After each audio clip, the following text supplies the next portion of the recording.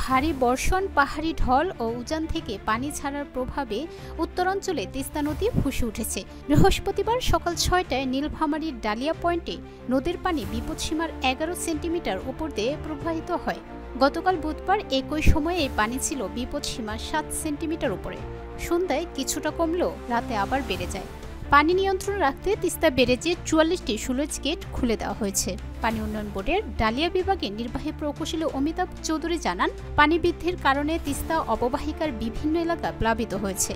নীলফামারী, লালমনিরহাট, রংপুর ও কুড়িগ্রামের বহু নিম্ন অঞ্চলের বাড়ি ঘর ও ফসলি জমি তলিয়ে গেছে।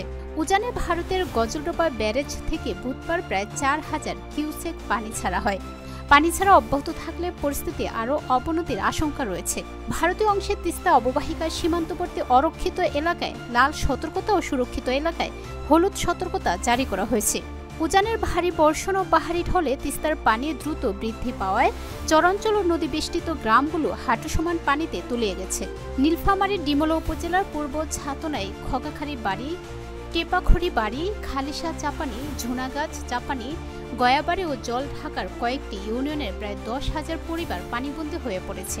অনেকে গবাদি পশু প্রয়োজনীয় সামগ্রী নিয়ে উঁচু স্থানে সরে যাচ্ছেন।